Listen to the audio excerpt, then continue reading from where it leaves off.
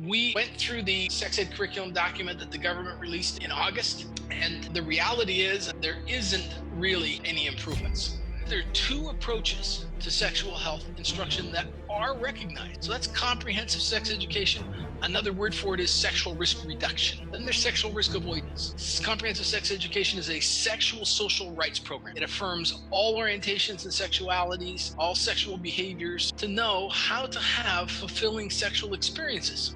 What's the problem with comprehensive sex ed? It doesn't address the learning needs of most students. Most students are not sexually active or do not have interest in sex. Grade 1. In the past curriculum, kids had to label the genitalia of the male and the female. The concern is the instruction takes place in mixed gender groups. There are often large drawings and posters of the genitalia and sometimes plush toy genitalia, and this results in a loss of modesty. And some teachers have told us it's led to increased investigation on the playground. Let's look at some of the claims the government said. They said, oh, no, it's much better. We have moved sexual orientation to grade 5 and gender identity to grade 8. Sexual orientation and gender identity were coming in the classes much earlier. They were coming in because teachers have the authority to bring that information in, and there is nothing in this curriculum that tells a teacher you will not teach this sexual orientation before grade 5 or gender identity before grade 8. It is going to continue to happen. It's too much information too soon. It affirms that the child knows when they are ready to have sex. Well, this flies in the face of brain development research that says the rational thinking part of our brain is not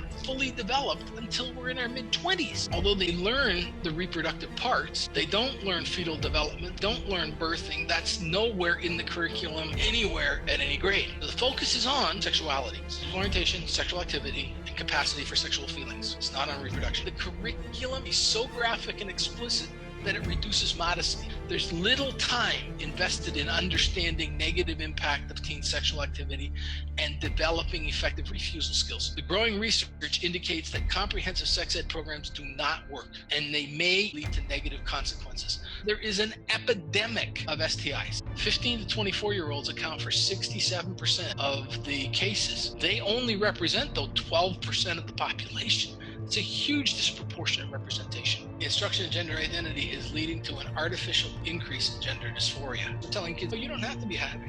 You don't have to be satisfied with being a male or female. It leads to a lack of contentedness.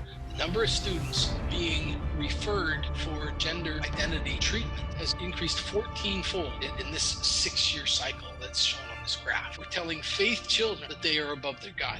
This new curriculum is not meeting our needs as a faith community. People ask, come on, Bill, the mandatory opt-out and online instruction for parents. This sounds like a good thing, but in reality, school boards are only required to provide opt-out for the healthy living, human development, and sexual health strand. If a teacher integrates sexual orientation into something else, it's no longer called sexual health. What's it called? It's called human rights. And you can't opt out of that.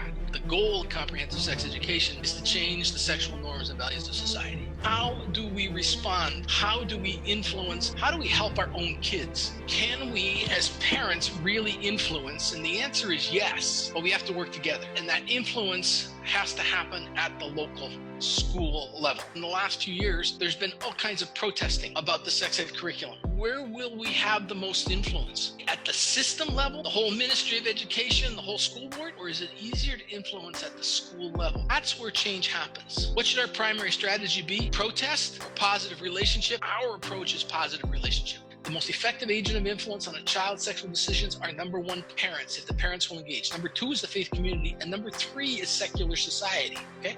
But if the parents and the faith community don't engage, guess where the kids get their information? Yeah, that's right, video porn. The LGBT community is involved in the schools and has shared their needs. What if the churches adopted local schools? What if they did the same, communicated? Could we influence?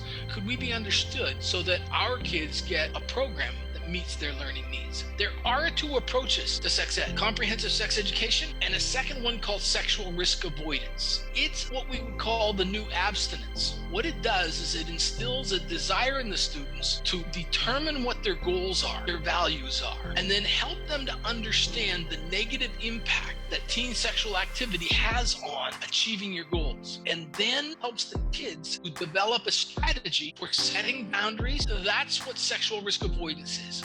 The school's not providing it, so we got to come up with other ways. Church, parents, online. Peace has the programs to support you, though. Heritage Keepers, grade 6 to 12 sexual risk avoidance program. It's been tested and proven in large school studies. Kids that took this program are engaging in sex at a rate of 67% less than their peers. Building Family Connections program is a 10-hour program that equips parents to begin the lifelong discussion about sex and healthy relationships with their kids. Peace has created a 5-step process to positively influence, to build understanding, to say, you know what, the sex ed curriculum doesn't meet my needs. Could my child do something different? We have book resources, God's Designed for Sex series, and grade 6 to 8, Wonderfully Made, an independent study alternative program. So you start it with them at home, and then they do the assignment work in the library instead of the comprehensive sex ed program.